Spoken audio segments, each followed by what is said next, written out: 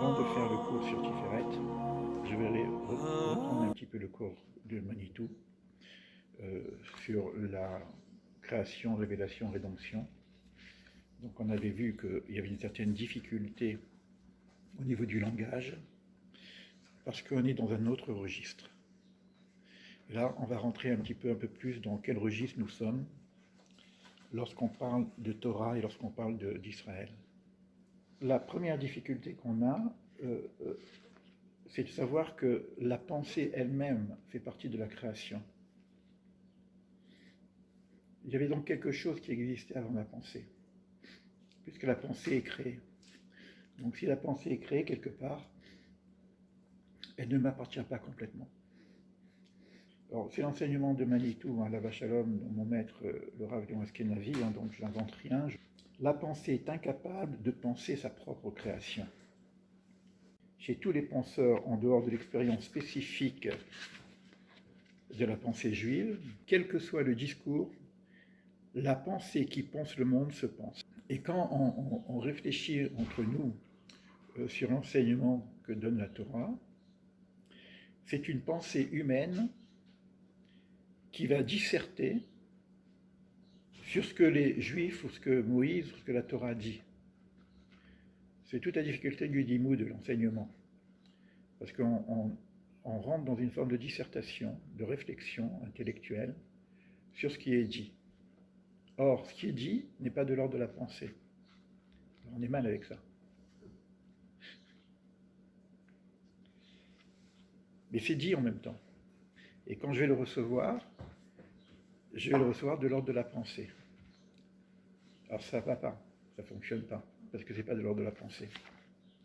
Quand on dit, on verra dans les Pirkei Avot, Moshe Kibel Torah Misinaï, Moïse a reçu la Torah Misinaï, il n'a pas reçu en forme de pensée. Ce n'est pas une pensée qu'il a reçue. En nous, on va avoir un enseignement, Msora l'Yeshua, et il a transmis à Yeshua. Qu'est-ce qu'il a transmis? Il a transmis une parole. Donc s'il a transmis une parole et Yeshua, il a reçu une parole, donc il a pensé la parole, ben c'est pas ça. Si c'est ça, on est dans la pensée philosophique. Lorsque Moïse reçoit la Torah, il n'est pas dans l'ordre de la pensée philosophique. Quand il discute avec Dieu, il n'est pas dans l'ordre du questionnement philosophique. Quand il va dire à Dieu qui es-tu ou quel est ton nom, ben c'est pas ce que nous on pense. Il n'est pas en train de questionner Dieu sur ce qu'est Dieu. Parce que sinon il y aura un problème. Et quand il transmet la Torah à Yeshua, et après il va y avoir une dilution. Et on va, de plus en plus, on va tomber dans le raisonnement, dans la réflexion. Mais pour éviter qu'il y ait justement cette dichotomie entre la pensée linéaire, duelle, et la pensée juive, les règles herméneutiques de la transmission sont totalement différentes des règles cartésiennes. Nous n'avons pas les mêmes règles de fonctionnement. Ce qui fait que si vous voulez comprendre quelques éléments où il y a deux sages qui discutent, l'un dit ça, l'autre dit ça, et les deux sont vrais, une chose est son contraire, les deux sont vrais, et il y a des règles herméneutiques qui vont chercher des informations qui n'ont rien à voir avec la logique, et il y en a un qui dit, moi je dis ça parce qu'il y a un mot dans la Torah qui est en relation avec ce que je suis en train de dire. J'appuie cette conclusion, on va dire comme ça, non pas parce que j'ai compris selon un système logique, mais parce qu'il y a un mot qui est en relation avec ça. On est dans d'autres systèmes de réflexion.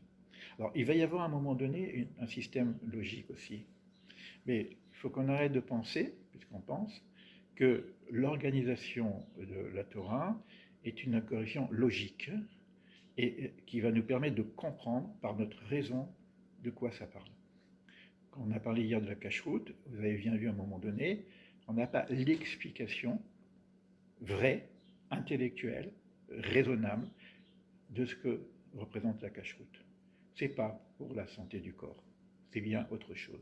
Il y a certainement des conséquences sur la santé du corps, mais ce n'est que sont des conséquences et non pas la racine de la raison pour laquelle. Et la racine de la raison pour laquelle on ne peut pas savoir parce que ce n'est pas de l'ordre de la raison, c'est autre chose. On appelle ça un chok, c'est quelque chose qui nous dépasse. Pourquoi on doit séparer le lin et la laine? quelle raison je vais donner ça? C'est quoi cette histoire de la vache rousse? De quoi on parle? Donc, dès qu'on va réfléchir, on va disserter. Et ce n'est pas une dissertation.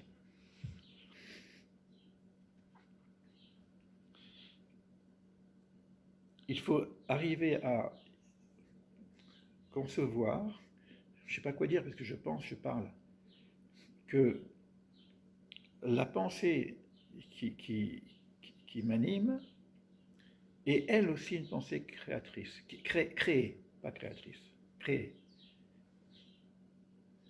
Donc ça veut dire que je pourrais avoir une parole qui viendrait d'une pensée qui n'est pas la mienne et qui serait créée par quelque chose qui vient de la transcendance et qui me dépasse. C'est ça la Kabbalah.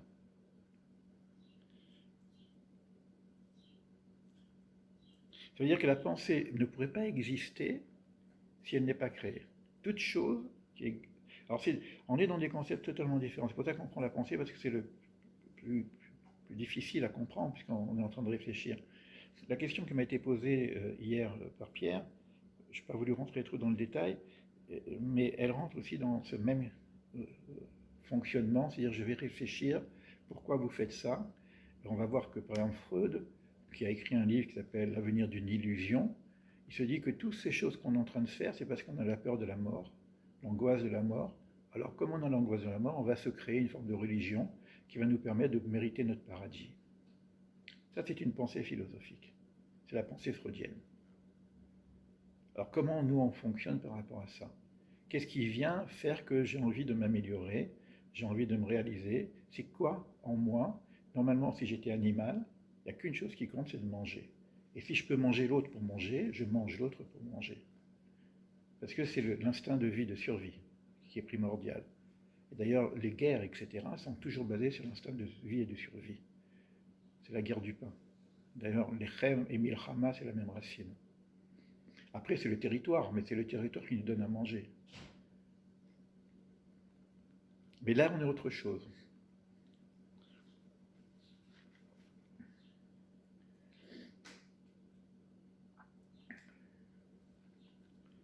Mais on a besoin de communiquer.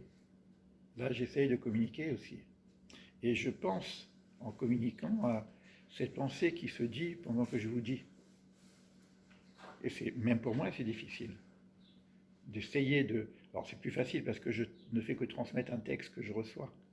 Donc, ce n'est pas ma pensée. Mais est-ce que, lorsque Manito a écrit ce texte, est-ce que c'était sa pensée, une forme de conclusion philosophique de ce qu'il a compris? Ou est-ce qu'il a aussi pu dire quelque chose qui ne lui appartenait pas?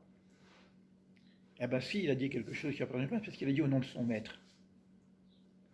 Donc Manitou, il était un petit peu en dehors de la pensée quand il parle de la pensée de son maître. Mais est-ce que son maître, il a dit quelque chose qui lui-même a réfléchi par lui-même?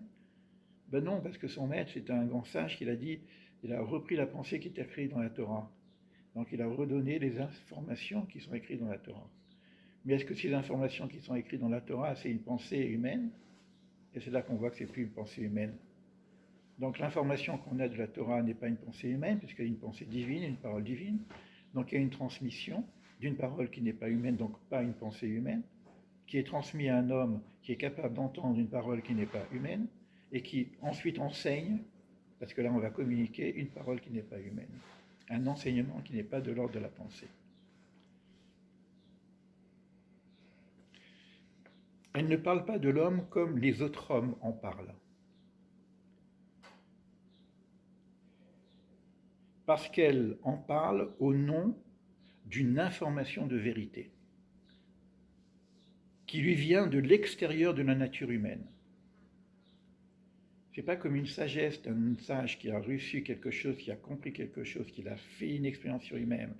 Si vous prenez par exemple l'ensemble des sagesses, ce sont des sages qui ont réussi à arriver à un certain niveau d'éveil, qui ont compris et qui sont capables de reformuler cela selon un langage humain par rapport à leur propre nature.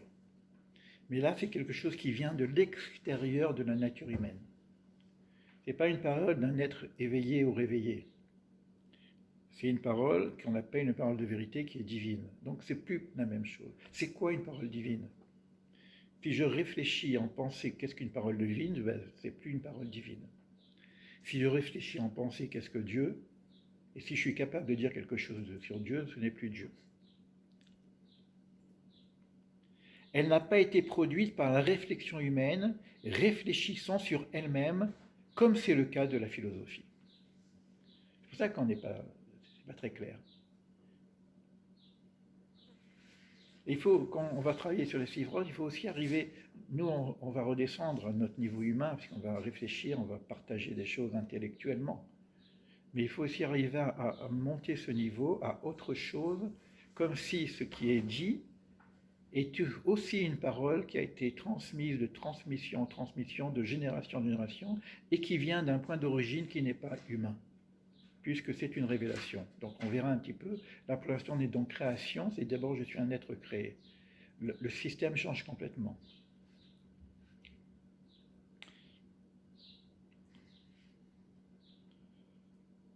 C'est une pensée qui ne peut se penser par elle-même sous peine de sophisme. À partir du moment où je pense par moi-même, je tombe naturellement dans le sophisme, c'est-à-dire la philosophie, la réflexion naturelle. Par conséquent, c'est là que nous nous trouvons d'emblée avec ce phénomène culturel précis dans une catégorie spécifique qui est totalement différente de la pensée humaine. Alors, c'est difficile, mais la seule... Qu'est-ce qui pourrait imaginer que... On ne peut même pas l'imaginer, parce que quand j'imagine, c'est la pensée. Si on avait l'expérience de Moïse, c'est-à-dire le face-à-face avec le divin, est-ce que je vais commencer à réfléchir, à penser? Qui es-tu?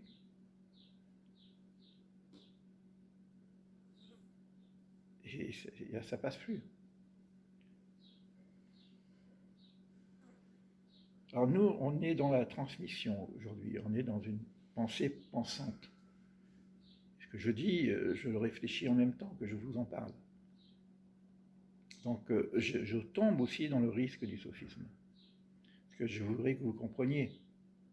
Mais je ne pouvais pas comprendre si c'est la pensée. Donc simplement le recevoir. Le recevoir en direct, sans que la pensée puisse se penser de ce qu'elle reçoit. Mais c'est des mots, c'est une parole. Donc il y a une construction logique. Pourquoi c'est difficile? Parce que je vous parle en français, tout simplement. Par contre, si je le dis dans le langage du sacré, qui est un langage autre, et si je n'essaie pas de traduire ce que je suis en train de dire, c'est comme si je vous transmets une énergie, et non plus une parole. Mais pour ça, il faut que je la reçoive. De la nature de cette énergie. Et si je me mets dans un état de réceptivité de cette énergie, est-ce que je suis capable de parler? Et si je reste dans le silence, qu'est-ce que je transmets?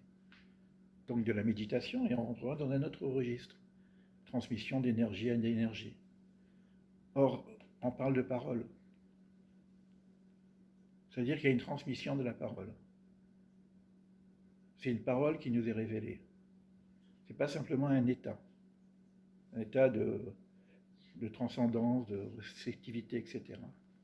C'est-à-dire que je dois arriver que quelque chose qui ressemblerait à l'état de conscience modifiée qu'on peut avoir en méditation, mais qui est transmise par une parole. Parce que c'est la parole qui crée. C'est pas quand on dit que Dieu a créé par le verbe ou par la parole, c'est pas simplement une pensée, une énergie qui fait que le processus se fait. Il y a une parole. C'est quoi une parole divine?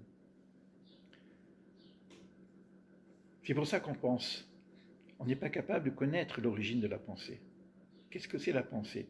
On est capable de comprendre le corps, la mathématique du corps, l'organisation du corps par rapport à la nature. Nous sommes une plante, nous sommes un arbre, nous sommes un animal, nous sommes un humain. On est capable de comprendre notre constitution. Mais c'est quoi la pensée? On peut comprendre l'organisation biochimique du fait qu'on arrive à la matière humaine avec toute cette magnifique structure qui est même à la ressemblance de l'arbre de vie. Mais c'est quoi la pensée? C'est pour ça que les notions de pensée, on va les mettre un petit peu au-dessus, comme s'il y a une autre chose qui est transmise sous une forme de parole qui n'est pas une parole pensée. Alors c'est quoi une transmission d'une parole qui n'est pas une parole pensée?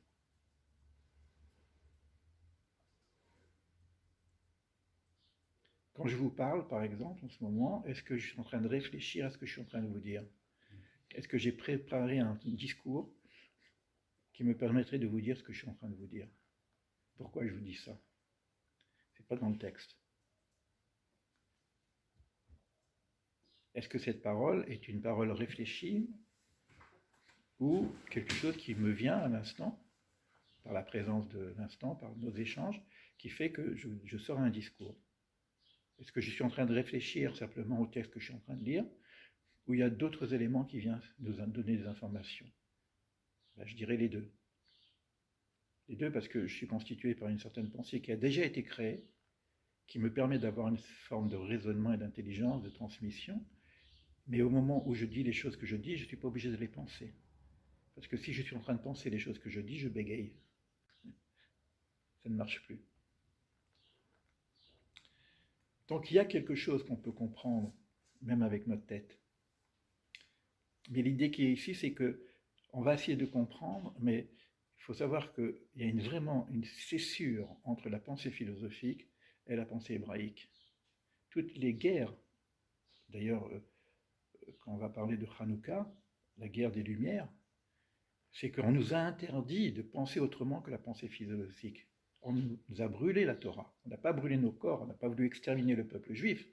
On a voulu exterminer la forme de pensée qu'a le peuple juif, qui n'est pas une pensée, puisque je pense, donc je suis. Si je ne pense plus, je ne suis plus, j'existe plus. Puisqu'il amène quelque chose qui n'est pas de l'ordre du raisonnement. Et la philosophie, c'est la reine.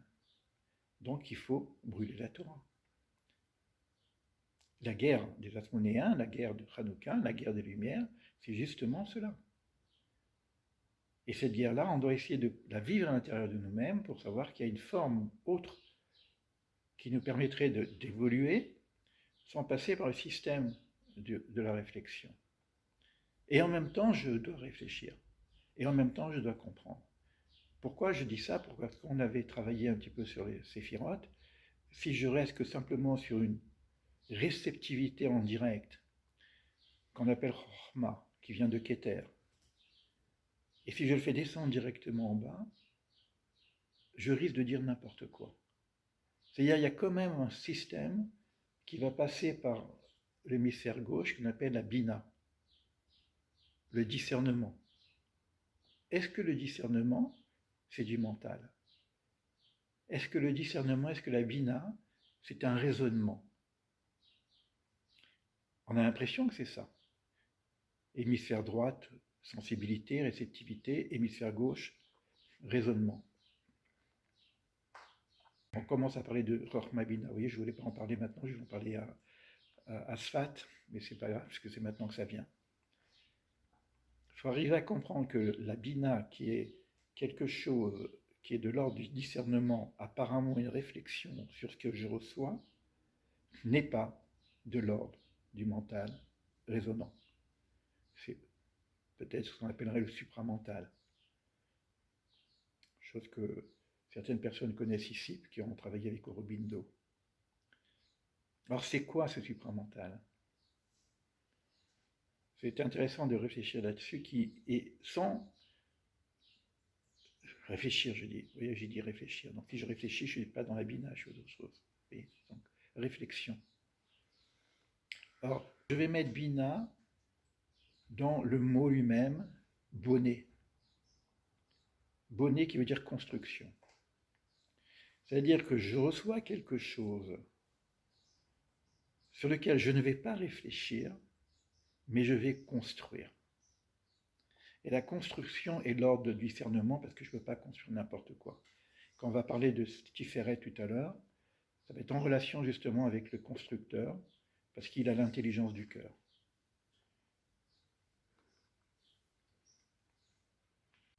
l'indice de cette réflexion, si on essaye simplement de trouver un style, la façon juive, c'est de la culture. C'est une distraction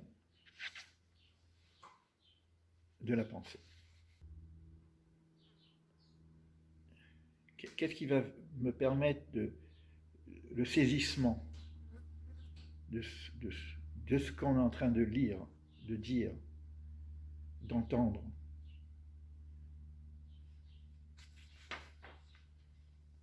C'est un problème très difficile, dit Manitou. Parce qu'on est des humains. Qu'est-ce qu'ils ont vraiment dit, puisque ce n'est pas de l'ordre de la pensée? Cette catégorie de formulation de la création, on ne la trouve que dans la pensée hébraïque. C'est la Torah qui amène dans le monde l'idée de révélation. C'est-à-dire que le monde est passé de l'homme vers le divin. Il y a eu des moments où l'homme se réalise et il monte vers le divin. Et là, c'est totalement différent. C'est le divin, c'est l'énergie divine qui descend vers les hommes. Et qui exprime le point d'origine de notre existence. C'est pas que j'ai réfléchi et que j'ai compris qu'il y a une cause des causes, et donc il y a un Dieu créateur. Ça, c'est de la philosophie. Et c'est la plupart du temps ce qu'on va dire, la preuve de la création. Si je parle de la preuve de la création, ce n'est plus de la Torah. Parce qu'il n'y a pas de preuve de la création. La preuve de la création, c'est de la philosophie, qui est cohérente. Chaque chose a un propriétaire, a un créateur. Toute chose a été créée, donc on peut comprendre que de cause en cause, on arrive au point d'origine de la cause des causes. Mais ça, c'est de la philosophie. Ça veut dire que le Dieu d'Abraham n'est pas le Dieu de Descartes, n'est pas le Dieu d'Aristote. Alors c'est quoi le Dieu d'Abraham? Eh bien, il ne peut pas se penser.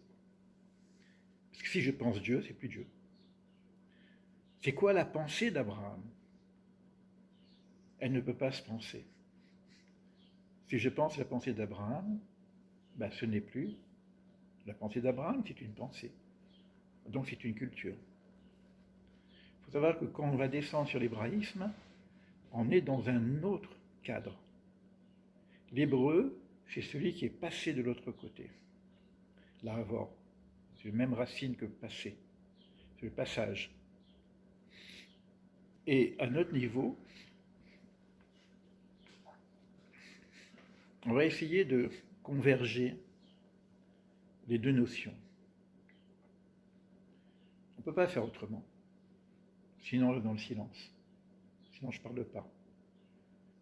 Mais l'idée, c'est de pouvoir au moins avoir un saisissement, je ne dis pas une compréhension, un saisissement de ce qu'on vient de recevoir, parce que j'ai lu un texte qui n'est pas le mien, et c'est beaucoup plus facile de parler quand ce n'est pas toi qui parles. Donc je le dis au nom de mon maître, mais mon maître, il ne le dit pas à son nom. Il le dit au nom de son maître. Et son maître ne le dit pas à son nom. Il le dit au niveau d'une transmission. Donc on a ce qu'on appelle un chachelet, une transmission de génération en génération. Et notre croyance n'est pas une croyance du charbonnier. Je ne sais pas pourquoi on appelle ça charbonnier, mais c'est pas grave. Notre croyance, elle vient d'un phénomène de transmission. C'est-à-dire que je suis sorti d'Égypte. Pourquoi je dis que je suis sorti d'Égypte? C'est par transmission. De génération en génération, on a fait Pâques et on nous raconte la sortie d'Égypte. Et j'arrive au texte de la Bible, qui est une transmission et qui nous raconte que je suis sorti d'Égypte. Mais ce texte a été écrit avant que je sorte d'Égypte.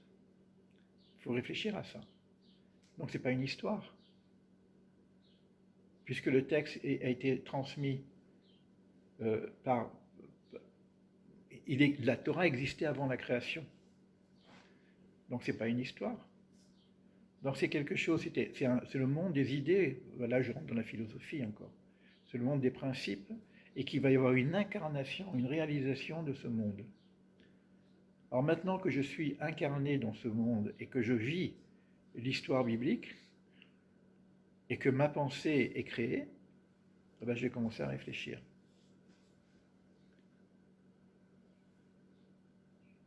Mais si je suis conscient que je ne réfléchis que parce que je suis créé, mais ce que je suis est toute chose de moi-même, c'est-à-dire mon corps est créé, ma pensée est créée. Donc ce que je suis vraiment, ce n'est plus mon corps, ce n'est plus ma pensée, c'est quelque chose qui dépasse tout ce que je peux saisir par ma tête. Là, on va s'arrêter sur ça, et là je rentre dans Tiferet. C'est bon ?